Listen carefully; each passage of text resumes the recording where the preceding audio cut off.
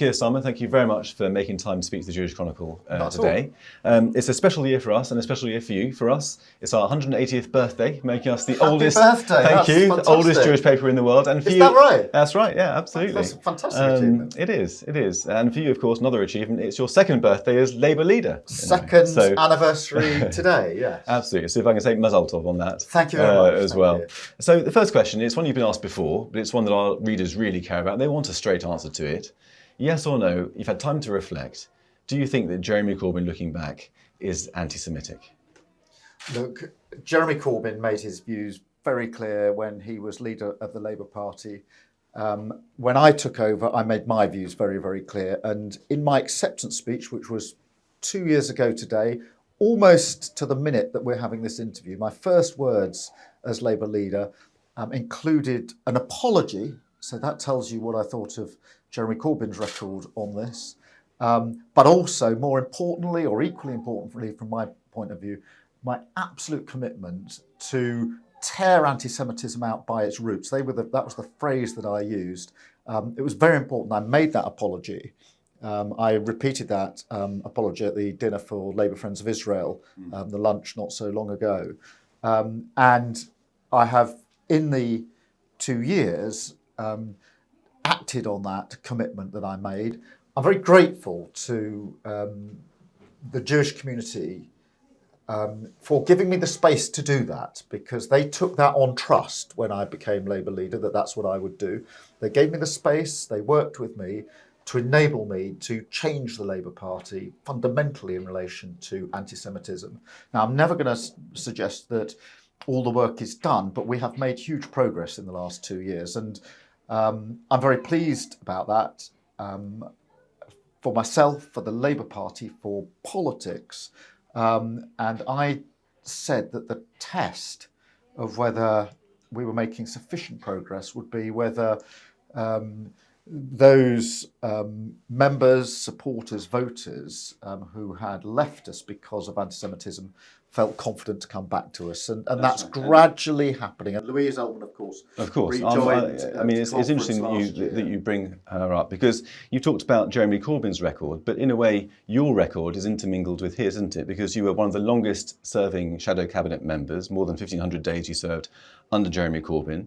You defended him in interview after interview. For example, October 2019, you said, I'm 100% behind Jeremy Corbyn. I'm working with Jeremy Corbyn to try to win the next general election. I think it's critical. And when Andrew Marr came back by mentioning Louise Elman and her view that Corbyn was a danger not just to Labour but to the entire British Jewish community, you said, I don't accept that. And you repeated it, saying, I don't accept that. So I think our readers feel we can see the work that you've done and the work that you're doing. But back then, you're a big fan of Jeremy Corbyn. Now you don't seem to be. Which one are they supposed to believe? Well, look, I think it's very important to put on record that I spoke out on anti-Semitism when Jeremy was leader of the Labour Party on a number of occasions. But you supported him, you tried to put him in number 10. Both publicly and in the confines of the shadow cabinet. And it's very important that there were people there to make that argument. I'm very happy to be judged on my record as leader of the Labour Party. And I think that anybody who's been engaged with me, worked with me in the last 2 years, has seen firsthand that commitment that I've got to deal with anti-Semitism in the Labour Party. And we've taken the very tough and very necessary decisions to do that. And the fact that Louise, I spent a lot of time talking to Louise, both when she left and in relation to her decision to return, and the fact that she rejoined was evidence to me that we are making progress in relation to anti-Semitism. And you know Louise as well as I do. She was not going to ever do this without a great deal of thought. You didn't accept her judgment that Jeremy Corbyn was a danger to British Jews at the time. And then when she came back, you said it was a poignant moment. So I think people in the British Jewish community just don't quite feel where they are with you, don't quite feel sure that, you know, what you're saying now matches what you said back then. I think anybody who's worked with me in the last 2 years would say there's a leader who's absolutely committed to deal with anti-Semitism. Now, you'll have to ask Louise Elman yourself, but in my discussions with Louise in the last few months, she's been very clear that the only reason that she has rejoined is because of my leadership and what I've done. So if you want evidence of that, Louise Ellman is. There are others who've rejoined, and I'm really pleased about that as well. Many others who are engaging with us in a completely different way. I do think that there are much higher levels of confidence. I'm not going to be complacent about this. There's much more to be done. But I've talked to Louise at great length about this. You must feel this personally as well, because your wife is Jewish. You have Friday night dinners. You're a member of a synagogue. Your kids have some Jewish identity as well. I mean, how did they feel when you were campaigning to put Mr. Corbyn in number 10? Well, my wife's family are Jewish, so her father is Jewish. They came over from Poland.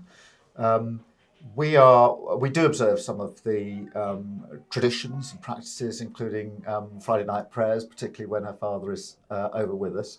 And we're very. How did they feel at the time when you were campaigning for Mr. Corbyn? We feel very strongly that we want our children to understand Vic's family and their history, and that's why we do have those traditions and prayers, not every Friday night, but on Friday nights. They know my position in relation to anti-Semitism. There's never been any doubt about that. They knew I was speaking out publicly and in the shadow cabinet. And therefore, like everybody else, I think, who's engaged with me in the last 2 years, I think there's no doubting the commitment I've got to changing the Labour Party and tearing out anti-Semitism by its roots. That's what we said we'd do. That's what we've done. And as I say, I don't want to be complacent, but I think, in fairness, most people would say he said he was going to tear out anti-Semitism by its roots, and he's gone on with that, and that's involved difficult decisions across the Labour Party that we've taken. Of course. I mean, let me ask you, by extension, a question about Israel. You've spoken very fondly and warmly about Israel.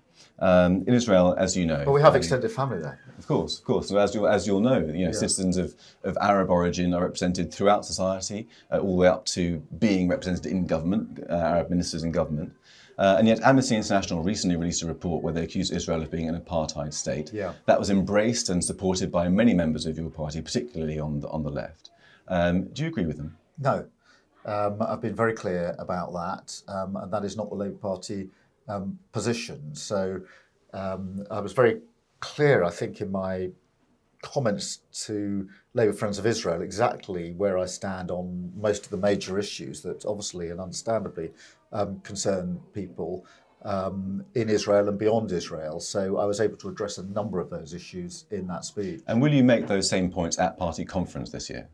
Yes, I've got no reason not to. I was on the platform when we made the rule change at last year's party conference in relation to the way that we would deal with complaints of anti-Semitism. Now, I knew that we were going to make those rule changes because I committed to it the moment I saw the Equalities and Human Rights Commission report. It was still an emotional moment for the Labour Party to make those rule changes. What gave me great heart on that Saturday evening when we were there discussing anti-Semitism in the Labour Party is that there were a few hecklers, a small minority, and it wasn't the panel or those chairing the session that had to tell the hecklers to be quiet. The whole room got up. Yes. Thousands of ordinary Labour Party members got up and said, we're not putting up with that anymore.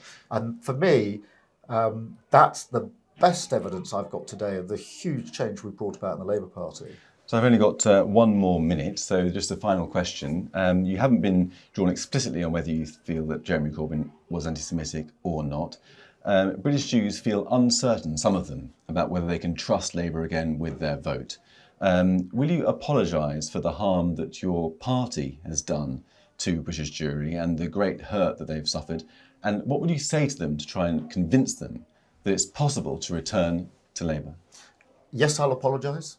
I have already apologised, and I'm happy to repeat that apology. I apologise for the first words I said as leader of the Labour Party 2 years ago today, and again at the Labour Friends of Israel lunch. And an apology is a good thing, but it's not enough.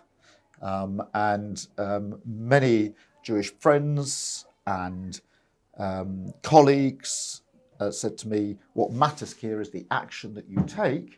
We'll take you at your word, but your action is going to be more important than your words. And I think and I hope that the actions of the last 2 years will begin to persuade people that the Labour Party is the party that shares their values, shares their aspirations, shares their concerns, and is a safe place for them. And Louise Elman is but one of those that have returned to the Labour Party.